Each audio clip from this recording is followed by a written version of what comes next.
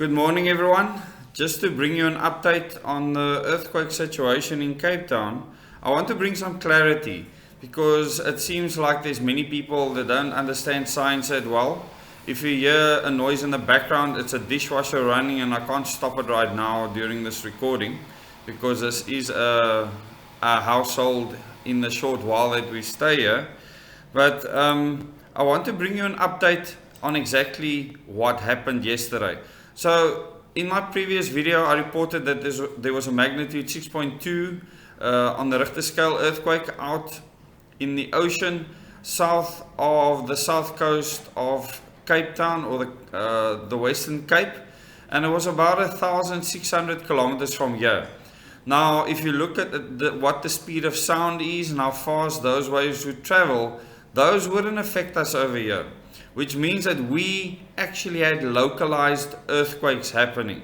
And that's exactly what happened yesterday. If you actually look at the time when I had people contacting me on WhatsApp saying that they had heard loud bangs and explosions and rumbling and various other things, I knew that different areas were reporting different things and we experienced different things around the Cape Town metro, all within the metro, which means that there was a localized event that took place that was close to the Cape Town metro itself, and this is confirmed today.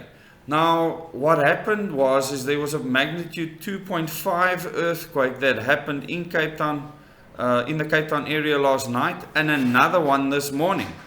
And in the South African, and I'll put the link underneath in the description of this video, it says Cape Town earthquake update, second tremor rocks the city on Sunday. And it says here, Cape Town has been rumbling this weekend following reports of an earthquake on Saturday. Another tremor has been felt on Sunday morning. But the tremor on Saturday actually came from Cape Town, not the tremor out in the ocean. That one caused the faults in Cape Town to activate. Now, I have spoken about this in the past, that Koeberg Nuclear Power Station was built close to a fault line, and because of that was built on seismic bearings to withstand a localized impact of magnitude 7 on the Richter scale. And I said yesterday in the video that Koeberg was unaffected, and this is the reason why I made the video, for no other reason, because there's so many people that want to believe that something bad is going to happen to Koeberg and it's going to explode, and I've explained before why that won't happen. Even under earthquake conditions, the plant was designed to withstand a magnitude 7 hitting at Koeberg itself, and that would be a severe event. In this case, the magnitude 6.2 triggered other earthquakes, and we don't know how big they can be. We've had a magnitude 6 within the Cape Town area in the past, and another big earthquake has been due for some time, and this is not insignificant. It's not fear-mongering. This is geoscience. This is not rocket science. It's simple. So when a fault builds up pressure, inside that fault tension builds up, and at some stage it has to slip. It has to slip, and because of that you will get large waves generated that will cause shock waves traveling throughout the earth around that epicenter of where the slip actually took place. And it can take place over a fairly large area. This is possible.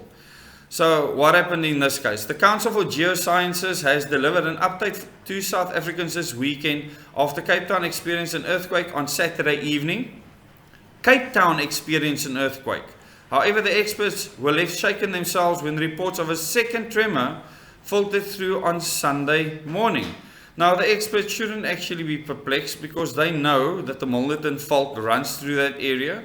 They should know that we've had large fissures in the ground in the past, and that there was about 90 to 100 year periodicity for these earthquakes to take place. But we've built our houses on top of the faults because we have estate agents that wants to make lots of money out of us. And many buildings in this Cape Town CBD will not withstand a level 7 earthquake that hits the epicenter of Cape Town. We know that for a fact. 2 separate earthquakes reported. There you have it. It was widely reported that many regions in Cape Town municipality were shaken by a 6.2 magnitude quake which occurred deep in the South Atlantic Ocean yesterday. The rumbling was recorded at 19:10. So it's 10 past 7 before being felt in various locations some 90 minutes later. Now you can't feel something 90 minutes later that came from the same place. It has to happen there. But the CGS has explained that this is the result of two separate seismic events. This is obvious, people. You don't need to be a rocket scientist to know this. They have gone on record to state that Cape Town was hit by a different tremor reported at 8:41. This is where many people were already in their beds, and that is what I reported on. And I said that is because of a 6.2 earthquake out at sea. And I gave the link to the origins of the earthquake, where you can look on the map and you can see that it was far out to the south of South Africa. This came in at 2.5 on the Richter scale. This is the one in Cape Town, okay? Measuring an incredibly low value. In other words, it wasn't that serious, nothing was broken or anything like that. Nonetheless, it was enough to reportedly shake houses and move the ground across some other city. However, Capetonians were rattled once again on Sunday morning with yet another tremor reportedly rocking the region. Although we're still trying to establish the strength of this follow-up quake, there's no doubt it was felt in the mother city at around 9:15 this morning, which was a short while ago. And there, people have said on Twitter, Cape Town, another earthquake tremor shaking part of the city this morning. Earth tremor reportedly experienced just now at Durbanville. Well, it was experienced in many different places. It was experienced in many different places across the metro and even further out. Cape Town tremor, no deaths, injuries or tsunamis. The city of Cape Town has confirmed that no damage to property has been reported so far and there were no injuries. Well, it's very small. A 2.5 on the Richter scale is not supposed to cause any substantial damage. So no injuries or deaths to report as a result of either earthquake. Thankfully, neither of the local tremors nor the larger seismic event can cause a tsunami. The Council for Geosciences can confirm that an earthquake occurred at 41 minutes past 8 last night. The earthquake is registered a preliminary 2.5 on the local magnitude scale as recorded by the SA Seismograph Network. So this is South Africa's own network. Many reports have been received from Cape Town locals who experienced a tremor during this time. It does seem to be a bit related to the earthquake which was recorded off the coast of South Africa. Well, that is obvious. When you have a large earthquake fairly close in proximity to South Africa, it can cause the faults in our area to slip. Furthermore, no tsunami warning was issued by the Indian Ocean Warning System, and we assure the public that there is no cause for panic. This is the most important thing. And the one thing that I wanted to put out is the fact that Koeberg is fine.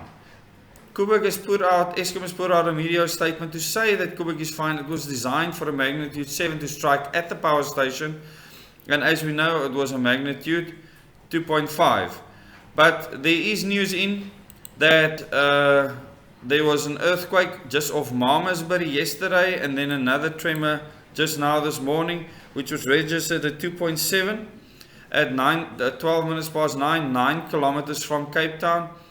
The previous one was closer to Malmesbury, and those recent quakes, the one in Malmesbury, it was 8 kilometers from Malmesbury, was at 2.9. So two quakes, one said to be 2.7, one said to be 2.9. Our Council for Geosciences says it was a 2.5 registered last night, and we're still waiting to find out what the registration is for the magnitude of the one this morning. It's possible for follow-up quakes to happen because we are actually in a geographically active area. And I remember the Rietvlei lagoon area. That Rietvlei actually was created by an earthquake that happened at the beginning of the last century, and we have been overdue for another one like that. And it could have been anything from a 6 to a 7 on the Richter scale, which would certainly be significant. So having an earthquake 1,600 kilometers from South Africa can certainly cause something over here that is significant.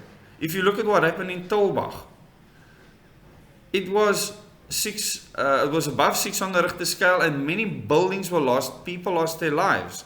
So don't think of these things as insignificant. You should always be prepared as a civilian, as a citizen, To be prepared for an earthquake. What do you have as preparedness in your house if something like that should happen? And this is not fear-mongering. We should always be prepared for floods, for fire, for earthquakes, for any natural disaster. And I encourage people to prepare themselves for things like that.